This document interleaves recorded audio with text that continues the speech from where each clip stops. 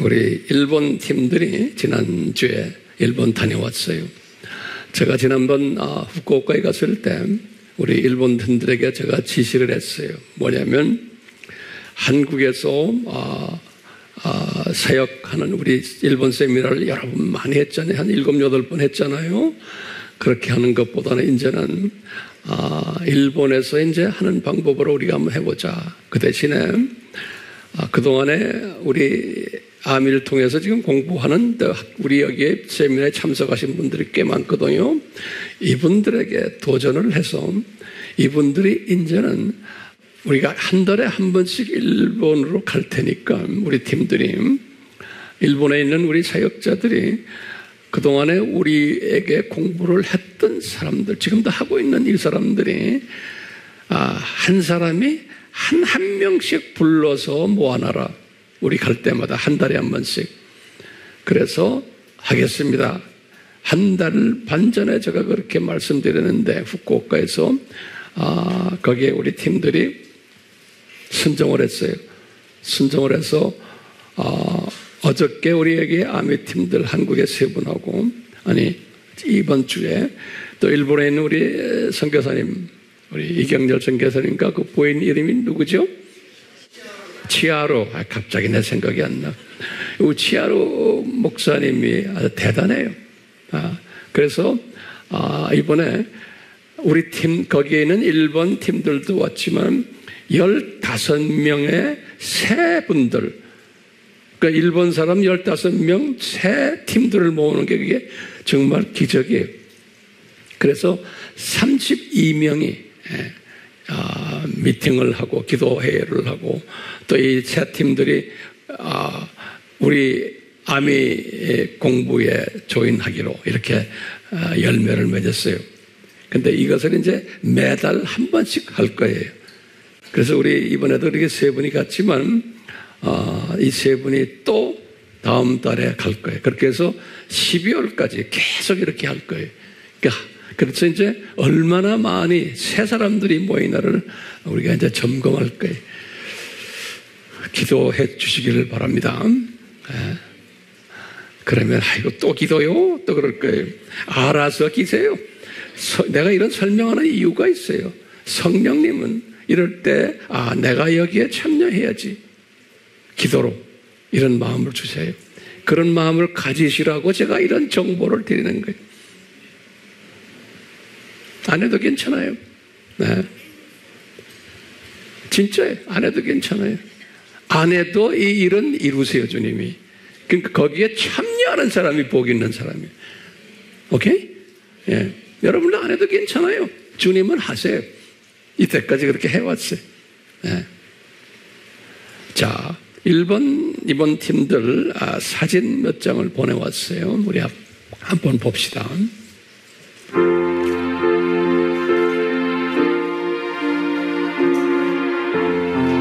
여기 치아로 사모죠? 네. 여기 우리 효선자매, 저기 우리 이 목사님과 치아로 사모 사이에 나온 아드님이에요.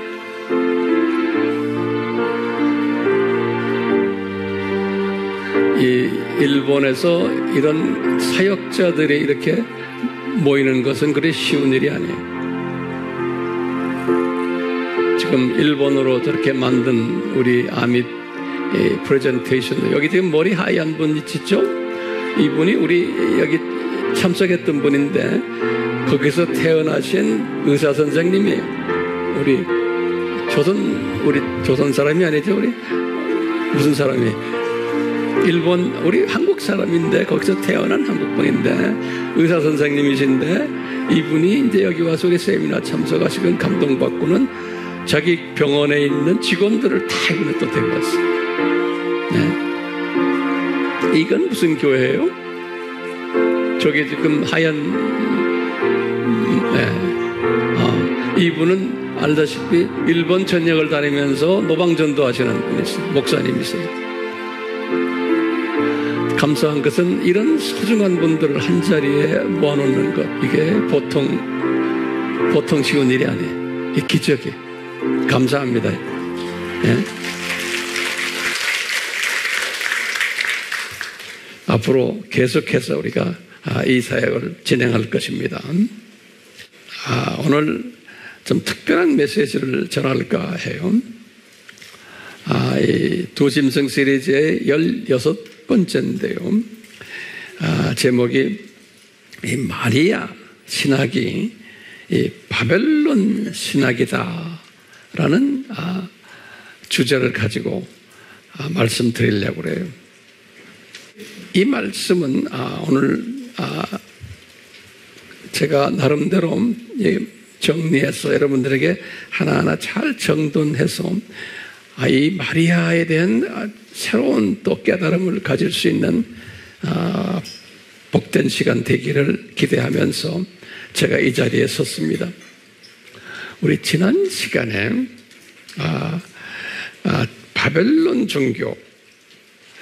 바벨론 종교를 왜 만드셨나라는 말씀과 함께 이 바벨론 종교가 어떻게 발전되었나라는 내용을 제가 칠판에다가 쭉 그려서 설명해 드렸어요. 그걸 간단하게 한번 노트에 다시 한번 정리해 주시면 도움이 돼요. 첫 번째 발전 단계가 주전 4000년에 가인으로부터 이제 시작이 됐어요. 주전 4000년에.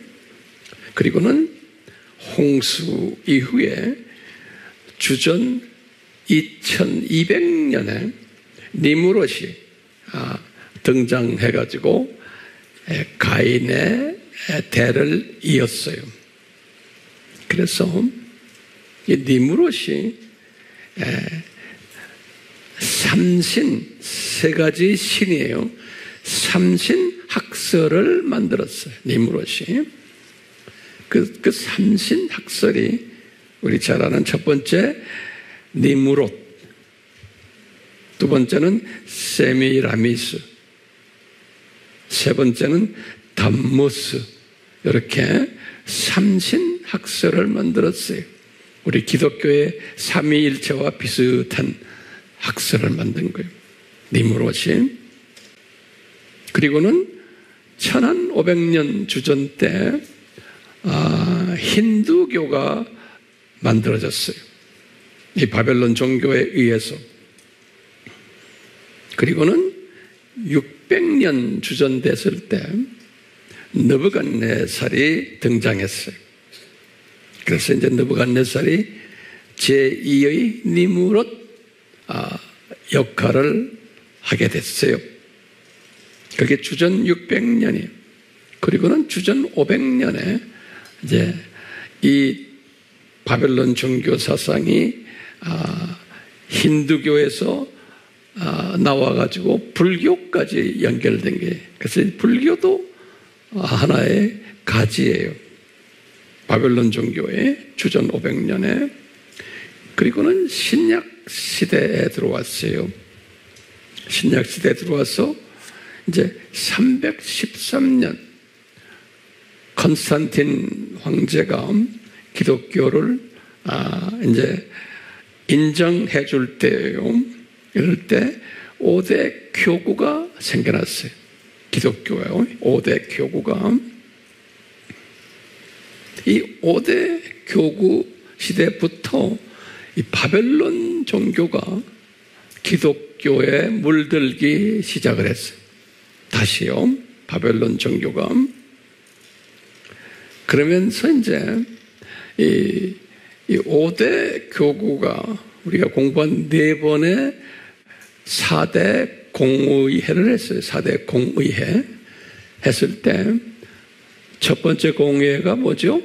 니케아 공의회.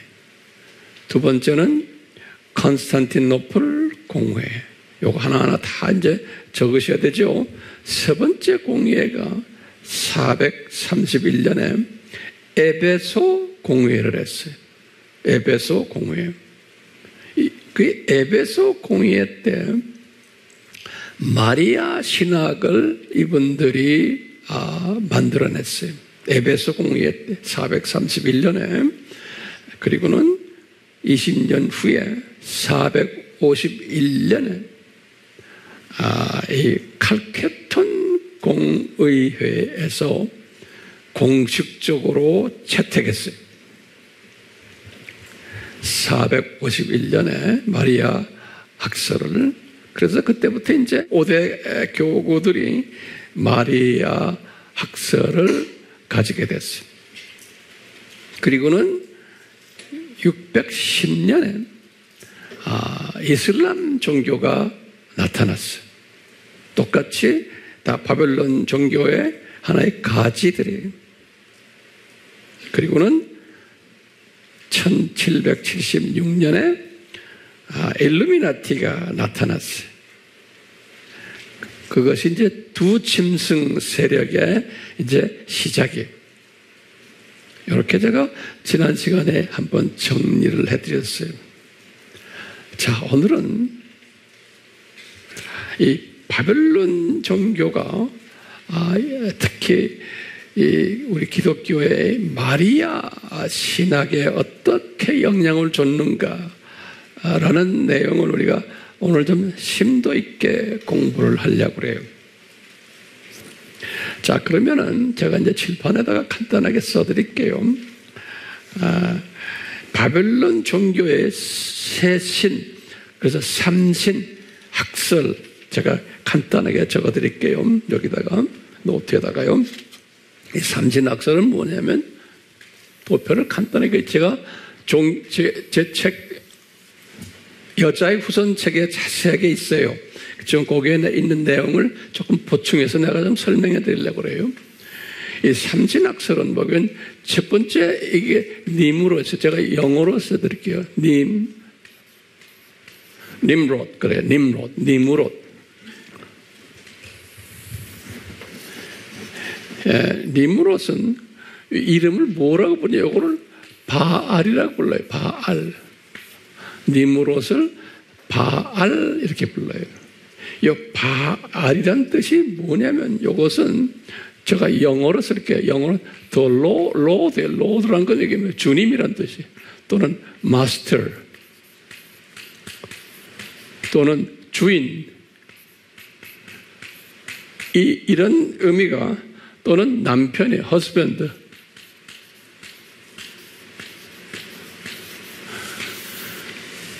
이런 의미가 바알이라는 의미예요. husband 또는 lord. 이제 이런 사회에서는 남편을 부인이랑 식구들이 우리 주인님 그러잖아요. 그거 주인이란 소리. 그 바알이 의미가.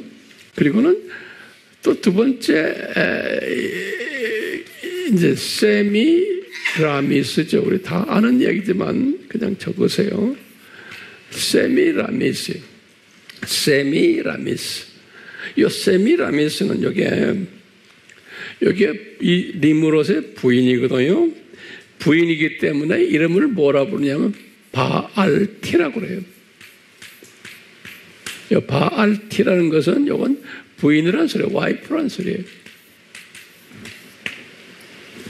그래서 이제 레이디라는 소리, 레이디 이렇게 불러요. 이 부인이 여기다 보면요 있는데 요 니므로드는 이 사람들은 뭐냐 해신이라고 해신 선같이 대문자가 아니라 조그만 선같이고 요 세미라미스는 문같이에요. 그래서 달신이라고 그래요. 달신.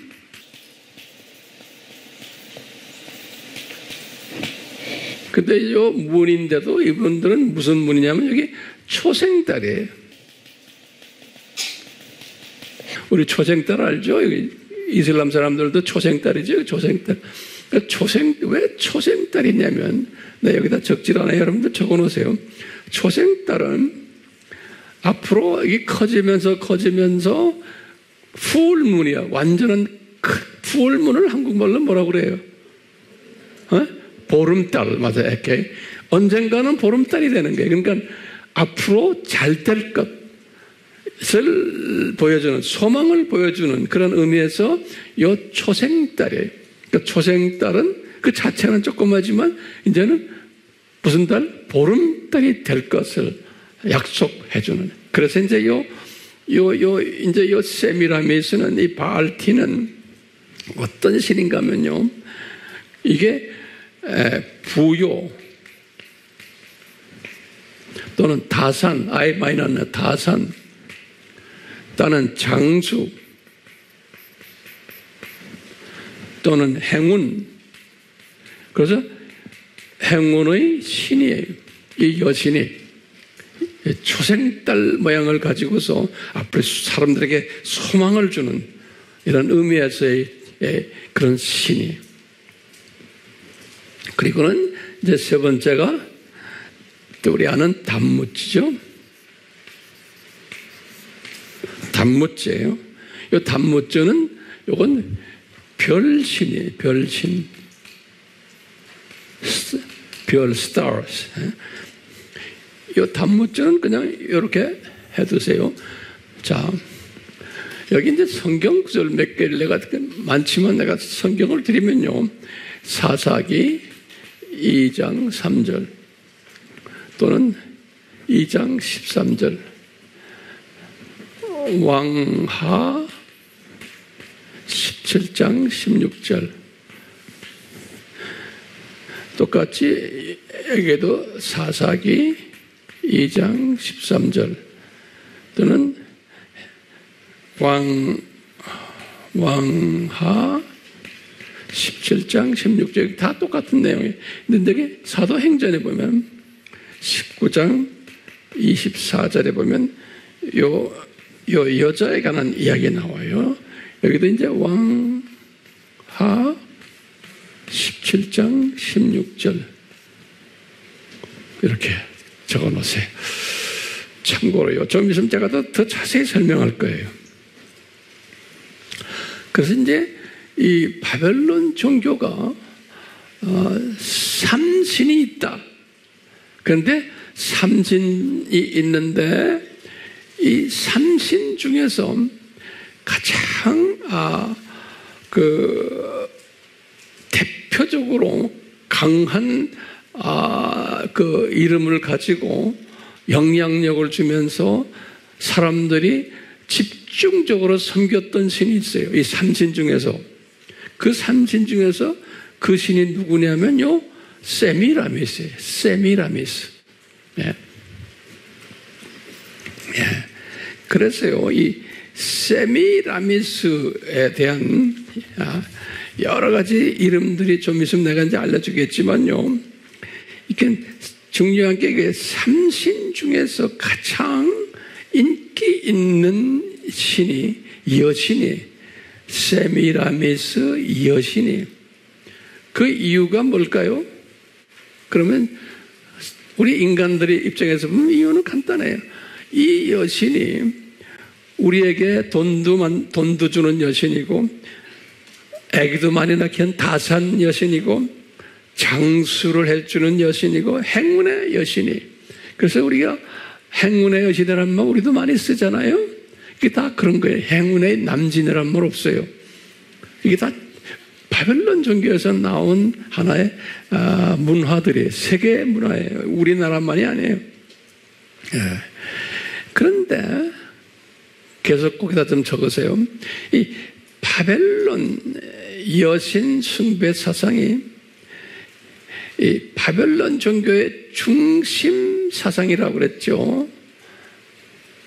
그러니까 이분들이 여신에다가 제사를 드리는 게 중심 예배예요. 네. 그래서 이 여신이 공식적으로 어떤 모습으로 보여주는가? 내가 여기는 칠판에도 적지 않습니다. 이 여신이 공식적으로 보여주는 소위 사진들이 있어요. 또는 나무로 만든 또는 돌로 만든 석상들, 이런 걸 보면은 우리 다 알죠.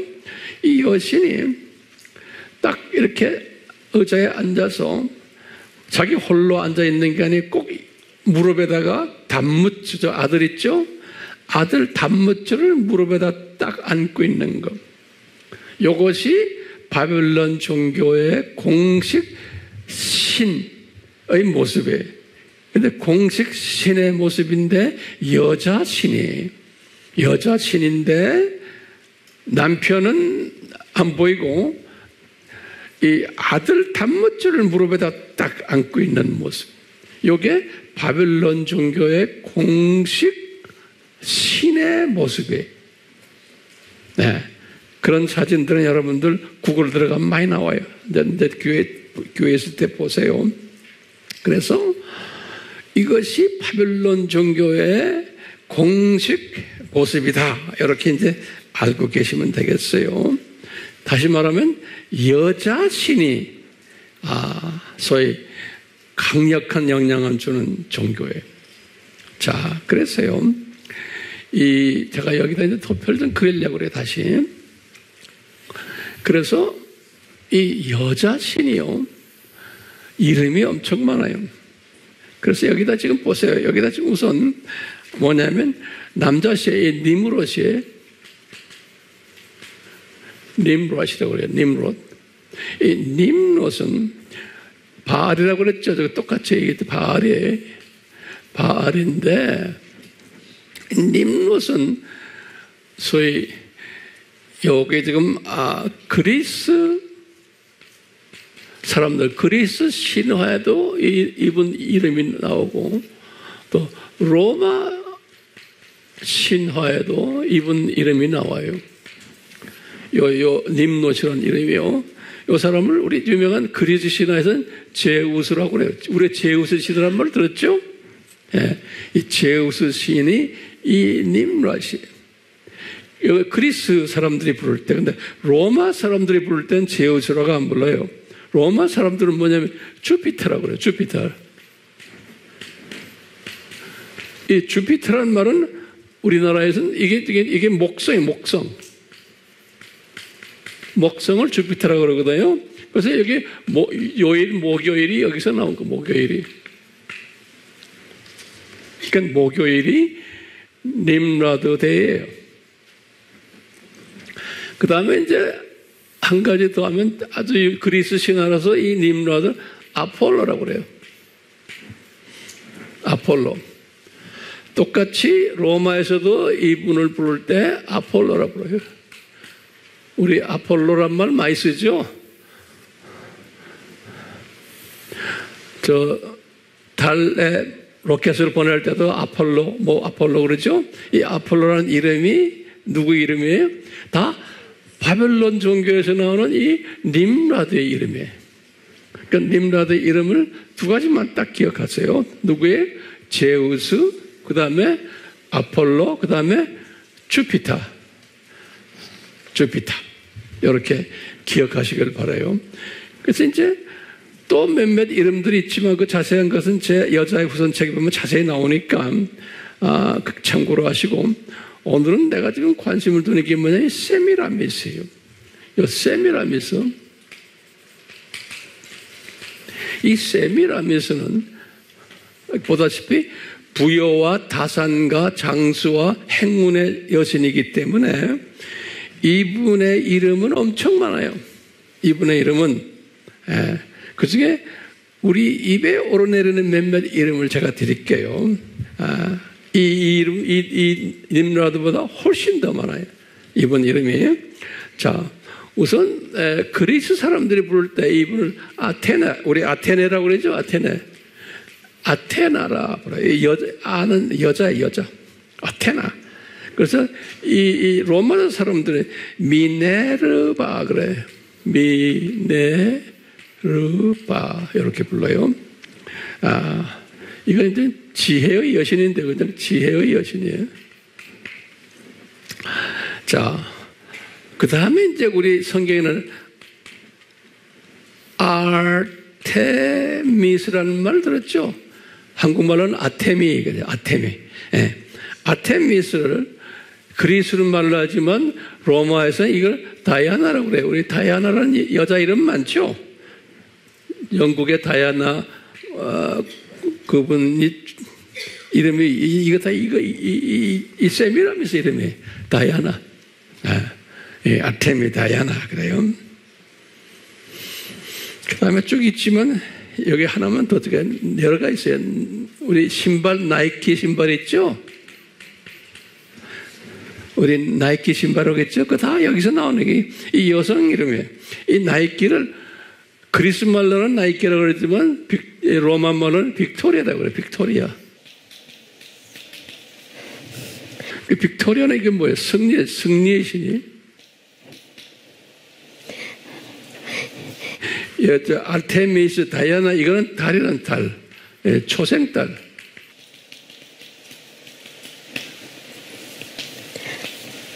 그 다음에 내가 몇 가지는 더 드릴게요. 우리 성경에 보면 아세라 신이라고 있죠. 그런 말 들었어요? 아세라에. 내가 이게 영어로 이렇게 한국말보다 이렇게 적는 게 좋죠? 아세라에. 이 아세라도 똑같이 세미라미스예요. 여기 똑같이 아세라가 로마에서도 아세라라고 그래. 여기다 똑같이 아세라 똑같이 그래.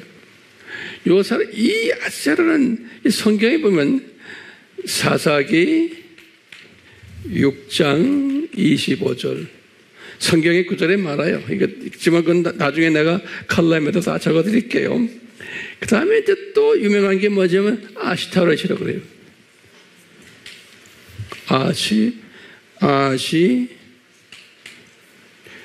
토레스. 한국말로는 아스다롯. 그래, 아스다롯. 내가 적지 않을 테니까 여러분은 적으세요. 아스다롯. 예. 이것도 똑같이 아스다롯이라고. 여기도 똑같이 이게 사사기, 다른 성경에도 보면 사사기 2장 13절에. 예. 우리 아테미라고 아까 나왔죠? 아테미, 다이아나. 요건 성경 구절에 여기 지금 나와요. 사도행전 19장 24절에. 이게 여기 보면 에베소, 지금 에베소. 바울이 에베소에 이제 가가지고 설교할 때 나오는 이야기인데요. 그 에베소에 세계의 7대 불가사의가 있는데 그 중에 하나가 뭐냐면 에베소에 있는 아테미 신전이. 다시 말해요. 에베소에 있는 아테미 신전인데 이 아테미 신전이 이게 에베소에 있어요. 그건 아테미소의 여신의 신전인데 하도 멋있게 지었기 때문에 7대 불가사의라고 그래요. 7대 불가사의. 예. 이렇게 이 바벨론 종교가 이렇게 세계 각 나라에 영향을 줬어요. 바벨론 종교가. 이제 자세한 것은 내가 나중에 또 말씀드리지만 이제 우리가요 좀 이따가 내가 말씀드릴게. 자, 그런데 이게 지금 바벨론 종교의 이야기예요. 알다시피 여기에 지금 이제 담무주가 있어요. 이 담무주는 아들 신인데 담무주는 이름들이 여러 개 있어요. 그 이름들 제가 드릴 필요가 없을 것 같아. 그 중에 하나만 드릴게. 사탄이라고 그래. 이 사탄이라고 하는데 똑같이 로마에도 사탄이라고 불러요. 이 사탄이 뭐냐면 농사의 신이에요. 농사. 이 농사의 신인데 이걸 토성, 별 이야기면 토성이에요. 토성. 그래서 뭐예요? 토요일이 여기서 나온 거예요.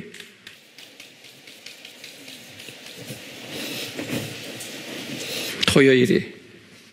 자, 내가 지금 강조하는 게 뭐냐면 이 지금 세미라미스예요. 예, 이 세미라미스. 우리 지난 시간에도 말씀드렸지만 이 바벨론 종교가 힌두교도 만들어냈다고 그랬죠. 그 다음에 불교도 만들어냈다고 그랬죠? 그래서요, 만들어낼 때 이분들이 가장 강하게 사용한 게 뭐냐면 여신이에요. 힌두교도 여신 사상이 굉장히 강해요. 힌두교도. 그래서 요 여신을 네, 힌두교에도 보면 여신들이 많아요. 힌두교에도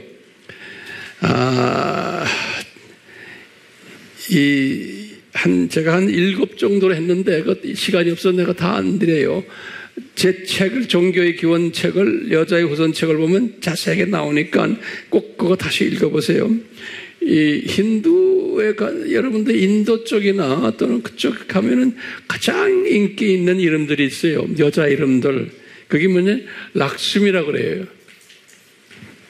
여자 이름들이 우리 같으면 영희, 명희 뭐 이렇게 부르는 식으로 인도 사람들 여자를 보면 What's your name? 그러면 락스미 이런 여자들 굉장히 많아요. 그럼 이 락스미가 이게 뭐냐면 다 이 이름이 인도식 세미라미스 이름들이 락스미. 이게 이제 그래요. 그 다음에 또 하나 더 드리면 우리 스리랑카 그러죠. 스리랑카. 이 스리도 이게 다 힌두교에서 나오는 여신 이름들이에요. 그 다음에 이 데비라고 그러네요. 데비. 이 데비라는 이름도 굉장히 많아요. 인도 사람들 중에서 다 이게 이 세미라미스의 이름이에요. 세미라미스의 이름이에요. 불교도 마찬가지예요. 불교도. 내가 내 책에다도 썼지만 불교는 이 인도의 신 중에서 비슈누라고 있거든. 인도의 신 비슈나. 이건 이제 이 비슈나는 님로된 남자, 이게 인도의 남자의 신인데, 이 락심이라고 있죠. 요게 누구냐면 비슈나의 마누라예요. 비슈나의 와이프 이름이 락심이. 그런데 불교에서는 어떻게 했냐면 이 비슈나가요, 환생을 해가지고 비슈나가 9번 환생했다고 그랬어요. 9번 환생을 했는데 비슈나가 그 중에 9번째로 환생한 사람이 9번째로 환생한 존재가 이게 부처라고 그래요. 부처. 그 비슈나가 인도의 남자신이에요. 인도의 남자신 비슈나, 유명한 신이죠. 최고 신 중에 하나예요. 그 비슈나가 환생을 9번을 했는데 9번째 환생한 그 분이 부처라는 거예요. 부처. 이제 부처가 이제 주전 566년에서 486년 분이에요. 북이스라엘, 지금의 네팔 지역에 그쪽에서 그렇게 환생해서 나타난 분이 부처라고 부르는 거예요. 네. 근데 신기하게도 이 불교 안에도 여신들이 있는데 어떻게 이 락스미라는 여자 있죠? 요 락스미가 부처에서 지금 불교에서 얘기하는 게 요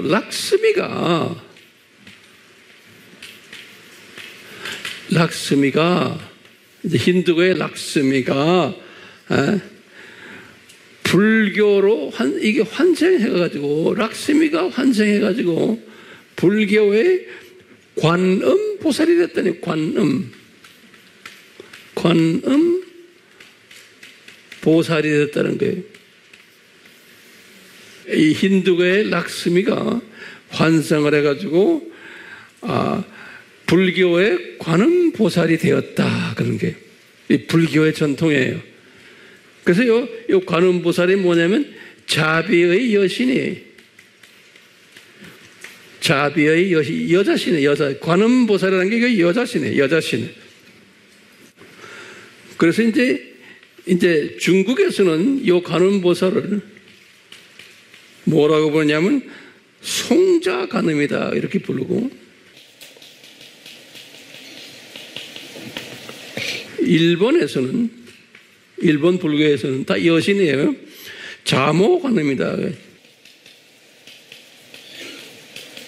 이렇게 한다고 기록에 다 돼 있어요. 자, 제가 지금 누구 이야기를 지금 이렇게 하고 있습니까? 세미라미스가 각 종교에 이렇게 다 들어갔다는 걸 지금 이야기하려고 내가 지금 그러는 거예요. 세미라미스가요. 그러니까요, 이 구약시대에, 이제 한번 정리해봐요. 구약시대예요. 구약시대에 전 세계가 여자신이에요. 여신 사상으로 가득 차 있었어요. 자, 그러니까 전 세계가 예수님 탄생하기 전 세계는 여자신으로 꽉 차버렸다라고 생각하면 돼. 다른 말로 표현하면 유럽에 있는 모든 이 바벨론 종교 시스템, 중동의 바벨론 종교 시스템, 이쪽으로 와서 인도 쪽, 아시아 쪽에, 또 이제 중국, 한국에서 이렇게 불교 쪽, 다가 강한 신이 누구라고요? 여자신이었어요. 여자신. 그것이 어디서부터 흘러나와요?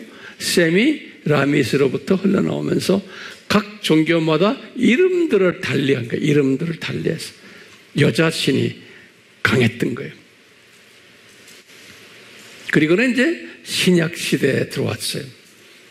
신약시대에 들어와도 전 세계가 여자신으로 완전히 가득 찼던 시대였어요. 여자신으로. 전 세계가. 그러면서 이제 기독교가 이제 나타난 거예요. 이제 신약시대에. 기독교가 나타났을 때, 이제 보세요. 예루살렘 교회가 주 30년이죠. 주 30년부터 313년 기독교가 공인되기까지, 그때는 초대교회와 카타콤 교회들이 있었어요. 첫 300년은 이 기간에는 카타콤 교인들은 예수님 중심 사람들이었어요. 그분들은 이런 여자신이 가득 차 있는 그런 사회 속에서 예수님만 집중적으로 섬겼던 분들이 이 300년 동안은 우리 기독교인들이었어요. 그러다가 313년 이후부터 소위 기독교가 공인되면서 5대 교구가 나타나기 시작한 거예요. 5대 교구가. 5대 교구가 뭔지 알죠? 로마 가톨릭, 그리스 정교회, 시리아 정교회, 예루살렘 교회, 그 다음에 애굽 koptic 교회. 소위 5대 교구가 나타나면서 이분들이 이 엄습해오는 여자 숭배 사상을 이겨낼 수가 없었어요. 이분들이요. 그래서 여신 숭배 사상이 이분들 5교회에 들어오기 시작을 한 거예요. 안 들어오면 안 되게 돼 있어요. 왜냐? 주변의 모든 세계 백성들이, 그 당시에 백성들이 다가 바벨론 종교를 믿고 있었던 사람들이에요. 그렇기 때문에 이분들은 여자 신 사상으로 꽉 차 있는 사람들이에요. 어떤 종교를 믿든 유대교도 마찬가지고, 여기 지금 바벨론 종교, 지금 이 이슬람교는 없었죠. 그 당시에 힌두교, 불교 할 것 없이 전부 다 여자 신이 강세를 이루었던 시대였어요. 그런 가운데 우리 예수님은 남자 신이세요. 예수님은. 그러니까 이런 가운데 이 남자 신의 위대함을 이야기하려니까 이게 먹혀 들어가지가 않는 거예요. 먹혀 들어가지가 않는 거예요. 사람들 생각엔 여신이 강한 시대인데, 그래서 이 5대 교구가 어쩔 수 없이 이 바벨론 종교를 수용할 수밖에 없었어요. 할 수밖에 없었어요. 그 목적은 뭐냐? 교회 성장을 위해서는 어쩔 수 없는 선택이었어요. 왜냐? 교회 성장이라는 건 바벨론 종교 출신들을 교회로 데려와야 되는 거예요. 딴 데서 데려오는 게 아니고. 여신 사상이 강한 사람들을 개종을 시켜가지고 남신 쪽으로 불러와야 되는데 그게 그렇게 쉬운 게 아니에요. 그래서 어쩔 수 없이 피할 수 없는 선택이었어요. 그것은 이제 우리가 토속화 신학 방법이라고 그래요.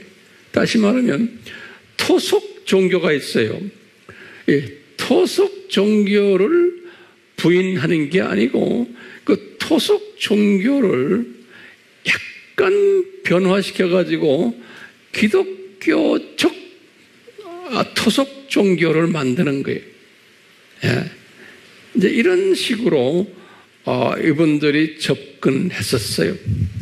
초대 5대 교회가. 그래가지고 이분들이 교회 안에 바벨론 문화를 불러 들이기 시작한 거예요. 그러니까 바벨론 종교와 문화와 타협하기 시작을 했어요. 자, 이 타협하는데 크게 두 분야에서 타협을 한 거예요. 첫 번째 분야는 우리가 지난 시간에 말했어요. 바벨론 종교는 프리메이슨들에 의해서 건축을 크게 하는 건축 문화 종교예요. 그렇기 때문에 이분들도 교회들을 크게 지을 수밖에 없었던 거예요.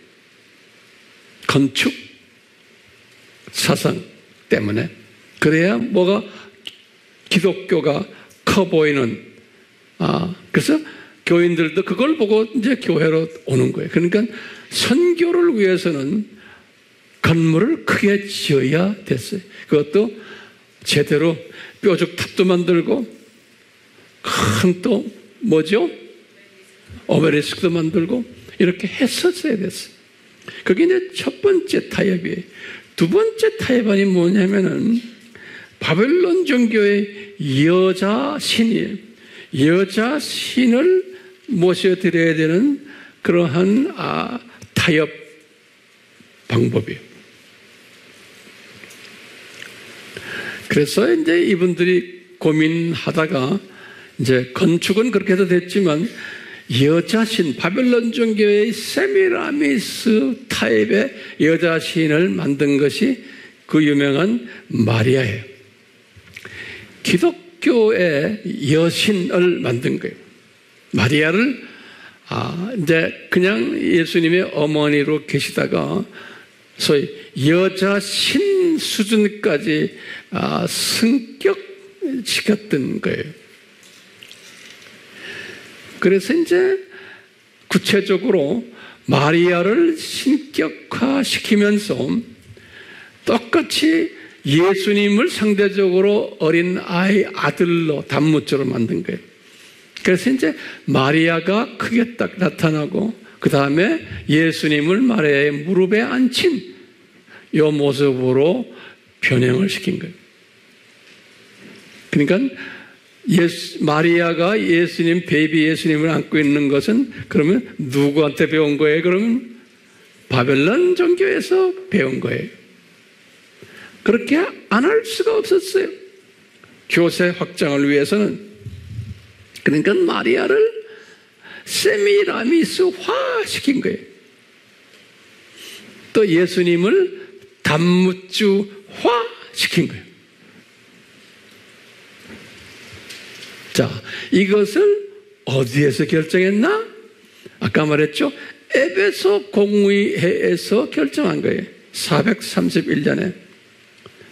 우리 알다시피 에베소가 어떤 곳이에요? 아르테미에, 다시 말하면 이 세미라미스 이름으로 지은 엄청나게 큰 그 바벨론 교회가 있는 곳이에요. 사도행전 19장 27절에 그렇게 딱 써 있어요. 예, 이 아테미 성전이 있는 것이다. 그러니까 이 에베소는 기독교의 측면에서 보면 바울이 두라노손을 거기다 개척했던 곳이에요. 그리고 이 에베소는 바울 측면에서 보면 주변에 많은 지도자들을 훈련시켜서 로마까지 파송한 선교사 파송 도시예요. 이 에베소가. 그런데 이제 바울이 나중에 설교를 할 때 그랬어요. 고별 선교를 할 때 머지않아 악한 놈들이 너희들을 침략해서 이 도시를 엉망으로 만들 거다 그랬어요. 똑같이 이 도시가 이제 그렇게 돼버린 거예요. 그래서 이제 이 도시가 4대 공의회 중에서 지금 에베소 공의회에서 이렇게 한 다음에 그 안에서 여러 가지 또 의견들이 맞질 않아가지고 20년 걸렸어요. 그래서 이제 451년에 칼케톤 공의회를 할 때 정식으로 이제 결정을 했어요.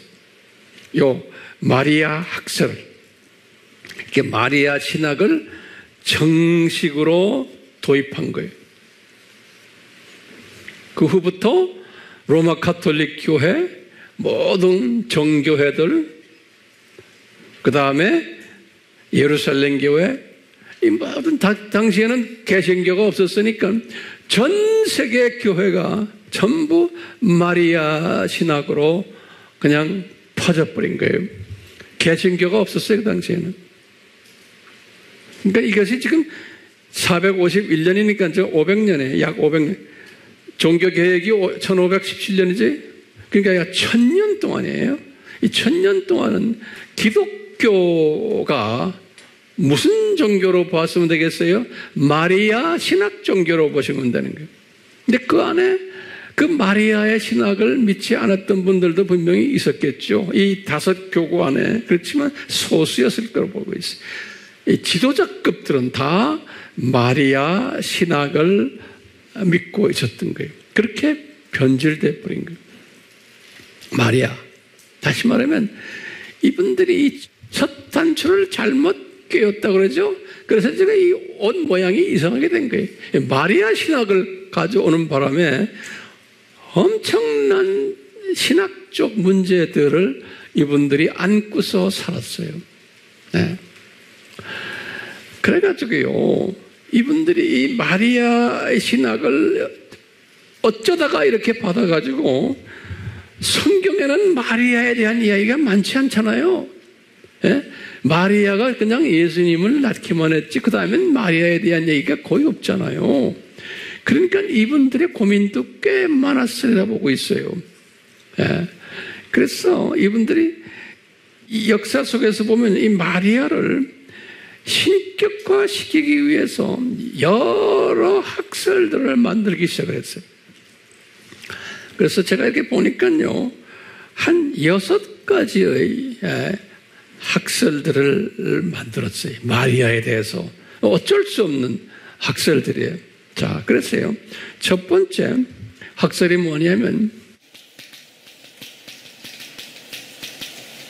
첫 번째는 그냥 먼저 이 원어를, 이게 다 내가 원어를 쓰는 얘기가 이런 단어들을 전 세계 사람들이 그냥 써요. 그렇기 때문에 테오토코스라고 그래요. 테오란 건 하나님이라는 뜻이죠. 테오토코스 뭐냐면 이 마리아가, 토코스란 엄마라는 소리예요. 그러니까 하나님의 어머니다. 어머니 소리예요. 테오토코스라고 그래요. 하나님의, 마리아가 하나님의 어머니다. 이것은 이미 지금 에베소 공회와 칼케톤 공회에서 이미 이때 결정한 거예요. 테오토코스는. 또 똑같이 결정한 게 뭐냐면, 샘 펄, 비르고 그래요. 비르고는 게 버진이라는 처녀란 소리예요. 버진을 처녀라고 그러잖아요. 똑같아요. 그래서 평생 예수님이 아니지 마리아가 평생 처녀였다. 평생 처녀설이에요. 맞아요? 안 맞아요? 여러분들 보기에. 예수님 아니죠? 그렇죠? 이 사람들이 이렇게 만든 거예요. 예. 그래서 요 샘플 비르고 그래요. 요 평생 처녀설도 똑같이 칼케톤 에베소 때 다 이렇게 만들어낸 거예요. 요때 마리아가 평생 동정녀다. 예. 그 다음에 이제요. 제가 이렇게 원어를 써줘도 괜찮죠? 싫은 사람은 할 수 없어요. 이렇게 중요한 인포메이션을 드려도 싫어. 또 한국어로 쓰지 왜 그래? 또 이런 사람 꼭 있어요. 그런 사람 그렇게 사세요. 할 수 없어요. 이제 세상이 세계화가 되기 때문에 이거 세계적으로 외우셔야 돼요. Immaculate Conception 그래요. 이 말은 뭐냐면 예수님이 무죄 잉태설이라는 게 예수님이 마리아가 죄 없이 잉태했다. 무죄. 이 말이 맞아요? 맞아요? 안 맞아요? 이게 언제냐면 1854년 비오 9세가 만들어낸 학설이 Immaculate Conception 그래. 무죄 잉태설. 그 다음에 또 만들어낸 게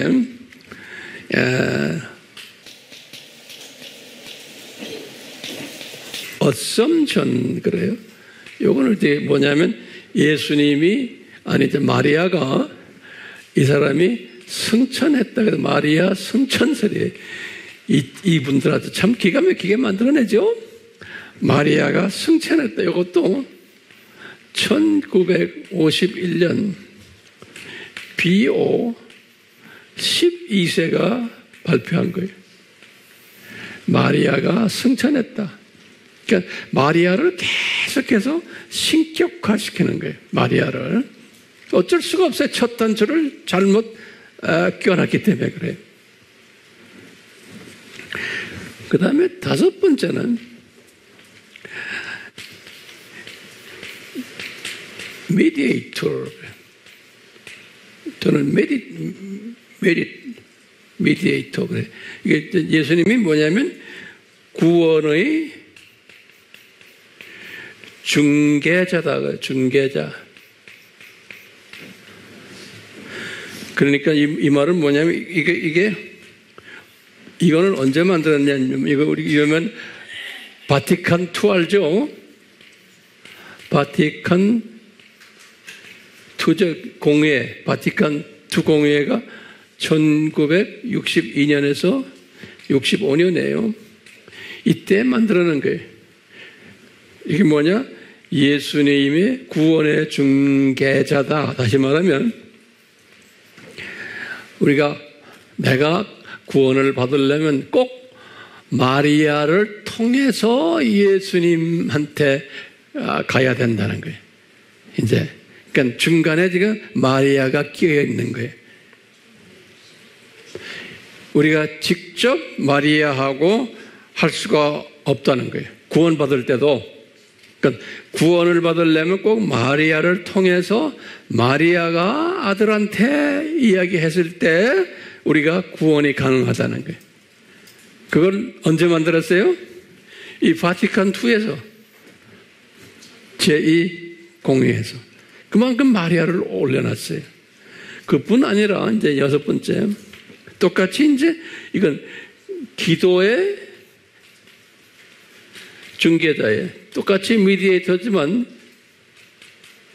우리가 기도할 때도 이제는 직접 예수님께 기도하는 것이 아니고 마리아에게 기도해서 마리아가 우리 기도를 들어서 아들 예수님께 부탁하는 거다. 이렇게 이제 만들어 놓은 거예요. 이것도 바티칸2에서 그런 거예요. 바티칸2에서. 그러니까 우리 마리아가 지금 하늘에 계시겠지만 마리아가 얼마나 속상하시겠어요. 자기를 이렇게 만들어 놨으니까. 그렇죠? 지금 이렇게 해놨어요. 그러면서 이제 이분들이 이 마리아 이름을 이것만이 아니고 여러 가지 또 만들어냈어요. 그건 내가 칠판에 기회가 없어서 그냥 여러분들 적기만 하세요. 자, 여기다 적어놓게 마리아 이름들이 또 있어요. 많은데 그 중에 로사리아라고 있어요. 또 묵주 기도, 묵주 기도할 때, 묵주 요거 뭐라고 그래요? 묵주 있죠? 15개 정도 있거든요. 그 묵주 기도를 마리아에게 한다고 그래서 마리아가 로사리아예요. 마리아 이름이. 이 로사리아가 이게 묵주 기도하는 묵주를 이야기하는 묵주. 예수님을 로사리아라 부르기도 하고요. 또는 예수님을 스텔라, 아니, 예수님이 아니에요. 자꾸 미안해요. 마리아 스텔라. 스텔라라는 건 무슨 바다의 별, 이런 바다별. 뭐냐면 우리가 삶에 어려울 때 희망을 주는 자, 그런 뜻이에요. 삶이 어려울 때 희망 주는 자. 이런 의미에서 스텔라. 그러니까 마리아가 그런 분이라는 거예요. 그 다음에 이제 유명한 산타 마리아, 그런 게. 이 산타라는 말이 뭐예요? 산타라는 건 성, 홀리 마리아. 다시 말하면 성 마리아라는 거예요. 성스러운 마리아. 이런 뜻이. 그 다음에 또 하나요. 그 유명한 아베 마리아예요. 이 아베라는 뜻은 뭐냐? 경배한다는 뜻이에요. 경배. 다시 말하면 경배스러운 경배를 받아야 하는 마리아, 그런 소리예요. 아베 마리아. 우리 아베 마리아란 말 많이 듣죠? 그래서 유럽의 그 유명한 음악을 만든 분들, 누구의 처음에 슈베르트의 아베 마리아라는 노래 있죠? 유명하죠? 그 다음에 또 하나, 구노의 아베 마리아. 우리 잘 부르죠? 그게 뭡니까? 아베 마리아를 경배한다는 뜻이에요. 슈베르트, 구노의 이 사람들은, 유럽의 기독교인들은 마리아를 경배하는, 우리도 뭣도 모르고 기독교인들인데도 아베 마리아고 좋아하죠? 근데 그거 우리가 몰랐을 땐 괜찮지만 이제 알았기 때문에 그런 노래를 부르면 안 되죠? 마리아를 공경하는 거예요. 그만큼 마리아의 파워가 있기 때문에 그분들이 만든 파워예요. 우리 염주 기도하지만 이 염주 기도는 가톨릭에만 있는 게 아니잖아요. 힌두교에도 보면 염주 기도를 해요. 불교도 마찬가지고요. 이슬람교도 마찬가지예요. 왜요? 이분들이 왜 염주 기도할까요? 이 모든 이 종교들이 어디에서 나왔다? 바벨론 종교에서 나왔기 때문에 그러는 거예요. 그래서 다 염주 기도를 하는 거예요. 지금 오늘날요, 이 마리아와 관계되는 기독교를 섬기는 분들이 얼마나 되는지 아세요? 지금 전 세계 기독교 인구가요, 전 세계 인구가 80억인데, 그냥 노트에 간단히 적으세요. 80억 중에 27억이 기독교예요. 이 중에서 묵주기도와 여신 숭배하는 숫자가 몇 명이냐면 약 한 15억이에요. 15억. 기독교인이, 다시 말하면 로마 가톨릭, 그 다음에 동방정교회, 통양정교회, 그 합하면 약 16억 정도로 보세요. 16억 정도 되는데 거기에 또 염주기도라는 이슬람 16억, 힌두교 10억, 불교 4억 이렇게 합하면 이게 합해서 약 한 50억이 돼요. 그 80억 중에서 이 염주 기도하는 팀들이 약 한 50억이. 근데 거기다가 또 무종교 15억, 토착종교 4억, 유교 4억, 신도교, 시크교 1억 합하면 약 한 20억 정도가 염주 기도를 하기도 하고 안 하지만 이게 다 합하면 그거 20억이에요. 그러니까요, 세계 인구 80억 중에서 70억이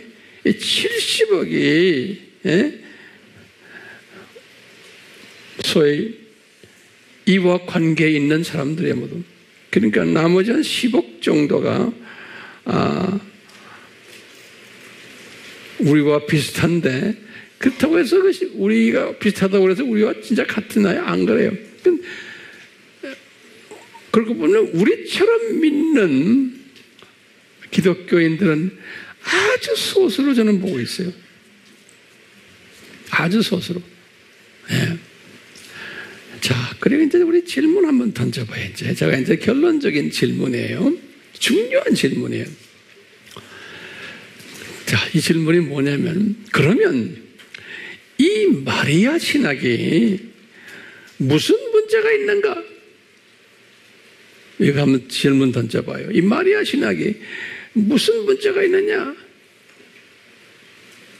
그러면 첫 번째 질문, 대답에 이 성경적 삼위일체론을 이분들이 인정하지만 자기네들도 삼위.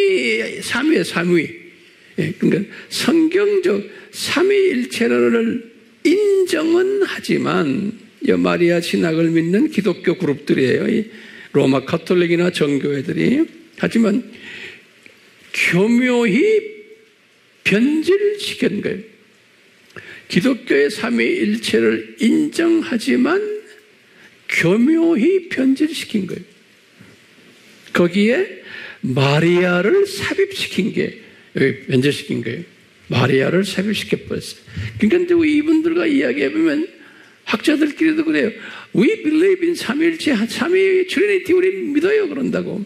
그럼 겉으로 그렇게 말하니까 같은 믿지만 그 안에 그 내용이 달라요.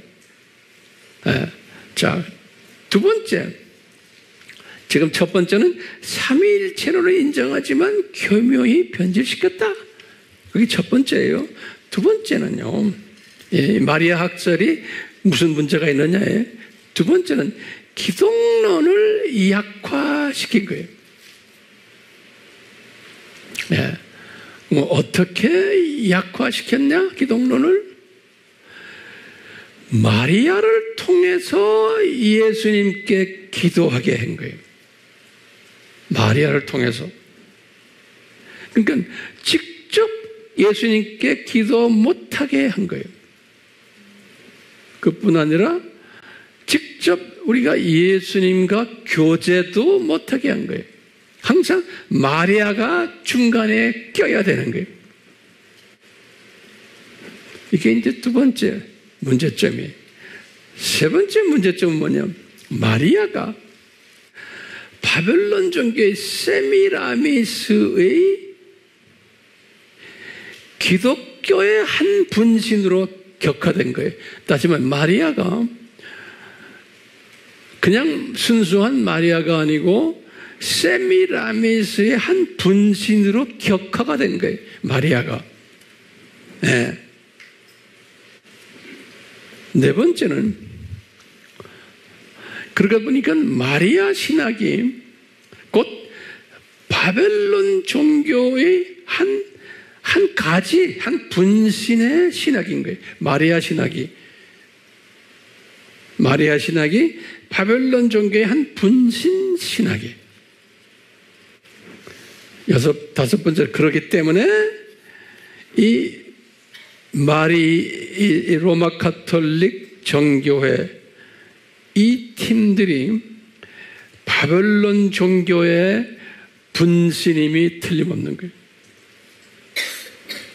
바벨론 종교의 분신임이 틀림없는 거예요. 자, 제가 결론 간단하게 한번 지어볼게요. 자, 우리가 지금요, 이런 혼란한 시대에 살고 있어요. 우리가요.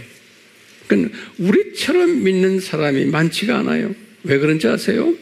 오늘날 와서 요 마리아 신학을 믿고 있는 사람들과 교제하며 이분들과 같은 생각으로 같이 신앙생활을 하려고 하는 복음주의 기독교인들이 있는 거예요.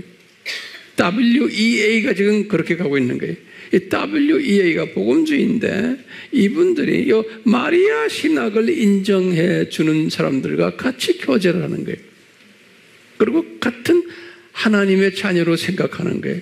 그렇기 때문에 지금 WEA가 이제 오늘 이제 금년 10월에 우리나라에서 이제 하잖아요. 그 반대하는 사람들이 있는 거예요. 네. 이게 전 세계적인 지금 추세예요. WCC는 이미 말할 것도 없고, 그렇죠? 이 정교회 사람들이 WCC의 멤버거든요. 정교회 사람들이 다 그렇기 때문에요. 이제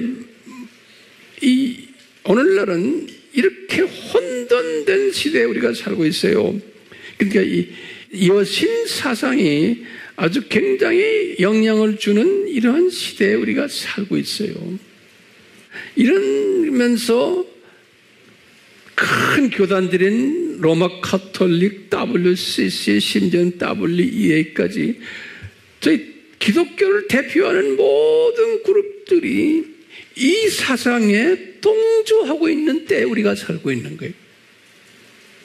그러니까요, 이 사상이 틀려먹었다 하는 사람들은 아주 소수고 이 핍박을 받는 시대에 우리가 살고 있는 거예요. 네. 제가 이런 메시지를 전해도 웬만한 크리스찬들은 들어와서 몇 마디 들어보고는 다 싫어해요. 이 메시지를 좋아하는 사람들은 소수예요. 그러니까 이게 분명히 이 시대는 복음의 산고 시대예요. 우리가 지금 복음의 산고 시대에 지금 살고 있는데, 그러면 제가 이제 물어볼게요. 질문이 중요한 질문이에요. 왜 우리 예수님이 이 마리아 신학을 허락하셨냐, 이게. 그리고는 왜 오늘날은 더 심하게 지금 거의 대부분의 기독교 그룹들이 여기에 동조하도록 가만 놔두시냐, 이게. 이게 이제 우리 질문 중에 질문이에요. 다시 말하면, 왜 이 마리아 신학을 허락하시고 이놈들이 까불게 왜 놔두시냐, 이게. 더 심하게 말하면, 왜 이 신학을 없애버리지 않으시는가, 이게. 왜 없애버리지 않으십니까? 이 나쁜 가르침을 라고 질문을 던질 수 있죠. 그렇죠? 그러면 이제 이 질문에 대한 답을 찾아야 돼요, 우리가요. 이 질문에 대한 답. 어떻게 찾을래요? 여러분, 저를 도와주세요. 어떻게 보면 이 답은 간단해. 우리 AMI 그룹들에게는 간단해. 그러면 어떻게 답을 하느냐? 넘버 원. 답이 뭐예요? 이 세상은 창조 목적 학교다. 그렇죠? 두 번째는 뭐예요? 이 세상 7,000년이다. 그런데 첫 6,000년은 사탄과 그 똘마니들에게 통치하는 권력을 주셨다. 첫 6,000년은. 그렇기 때문에 그 6,000년 기간에는 이 지금 마리아 신학이 까불도록 주님이 허락하신 거예요. 네. 두 짐승 그룹들과 같이. 그렇기 때문에 그럼 이게 언제 끝나느냐? 6,000년이 끝날 때다. 그것이 다시 말해 예수님의 지상 재림 때다. 그런데 이것이 곧 일어날 거다라고 믿는 우리예요. 그러면서 더 심하게 될 거다. 끝나기 전까지 이 산고가 그리고는 6,000년 끝날 때 이 팀들을 전부 불못에 던지신다 라는 것이 우리의 대답이에요. 저의 대답이에요. 여러분들은 어쩔지 모르지만 제가 무슨 질문 던졌어요? 왜 마리아 신학을 허락하셨고 왜 이놈들이 이렇게 더 까불고 왜 이놈들을 당장 없애지 않으십니까? 라고 질문 던질 때라는 대답을 제가 해드린 거예요. 됐어요? 절 잘 따라오세요? 자, 그렇다면 그럼 우리는 지금 오늘날 어떻게 살아야 돼요? 여기 마지막 질문에 어떻게 살아야 돼요? 예수님이 거기에 대한 분명한 답을 주셨어. 어떻게 살아라고? 이런 일들이 일어날 거다 하시고는 어떻게 살아라고 그 방법론 주셨어요. 그때 제일 먼저 예수님이 하시는 말씀 뭐예요? 항상 잊지 마세요. 잘 견디라. 끝까지 견디라. 그러니까 예수님의 지상 재림까지 끝까지 견디라. 그랬어요. 그러면 여러분들 나에게 황 목사님 어떻게 견딥니까? 힘든데 힘든 거를 전제를 해놓고 예수님이 말씀하시는 거예요. 잘 견디라 그러는 거예요. 그러면 구체적으로 어떻게 하면 견딜 수 있어요? 그러면 어떻게 해야 돼? 이 모든 이 두짐승 세력과 이 모든 이런 악한 것들이 까불도록 디자인된 것에 대해서 우리가 철저하게 알고 있어야 되는 거예요. 다시 말하면 지식이 있어야 되는 거예요. 오케이? 그래서 제가 매주마다 이 지식을 여러분들에게 제공해 드리는 거예요. 매주마다. 이 말은 뭐예요? 여러분들 잘 견딜 수 있도록. 목적이 거기 있잖아요. 여러분들이 잘 견딜 수 있도록 제가 지금 나름대로 제가 깨달은 것을 여러분들에게 이 지식을 나눠주는 일을 지금 하고 있는 거예요. 네. 자, 그러니까 제가 여러분들에게 이 지식을 나눠주는데 인간적인 방법을 이야기해줘요? 세상 인본주의적 스타일로 이야기해 줍니까? 예? 인간적인 상식을 제공해주고 있어요. 그리고는 여러분들에게 이 악한 놈들을 어떻게 없애는 방법을 지금 제가 이야기해주고 있어요. 안 그러면 여러분들 이거 없애야 된다라고 외쳐요. 지금 아니잖아요.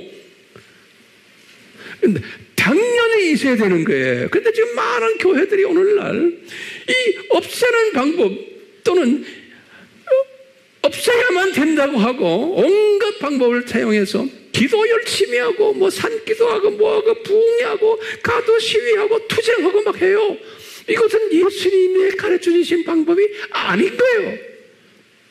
예수님 뭐라고 그랬어요? 이걸 없애려고 기도하라고 그랬어요? 아니, 여러분들 예수님 끝까지 잘 견디라 그런 거예요. 그러니까 없애려고 들지 말고.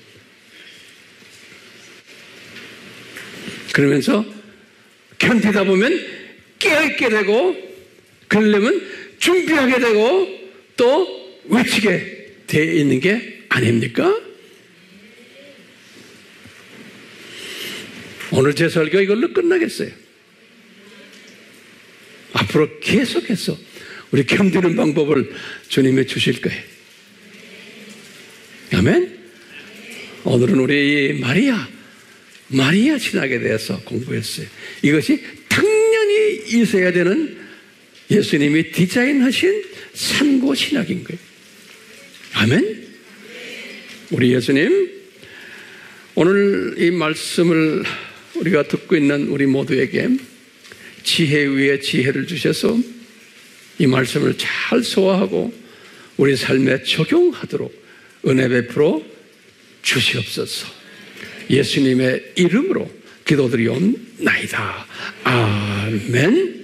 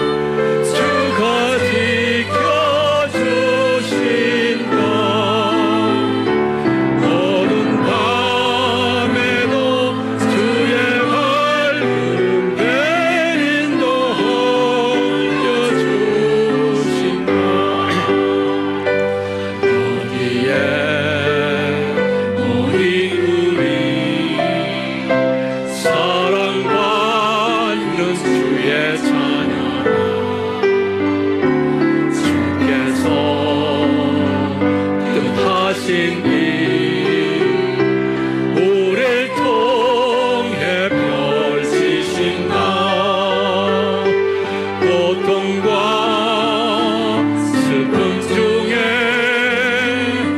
더욱 전히 의지하오니 괴로움을 이겨내고 주님 더욱 찬양하리.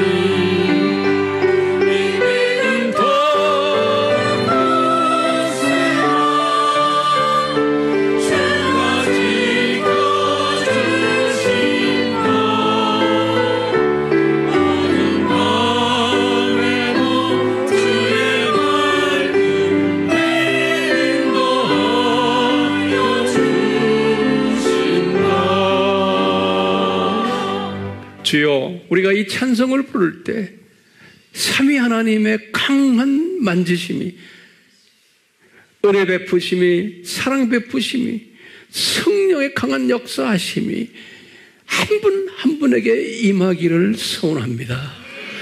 주여, 우리 이 찬송을 부를 때 성령님이여, 성령님이여 역사하시옵소서, 역사하시옵소서. 예수 그리스도의 무한하신 은혜와 아버지 하나님의 극진하신 사랑하심과 성령님의 역사하심이 우리를 떠나지 않기를 다시 한번 예수님의 이름으로 축원하옵나이다. 아멘.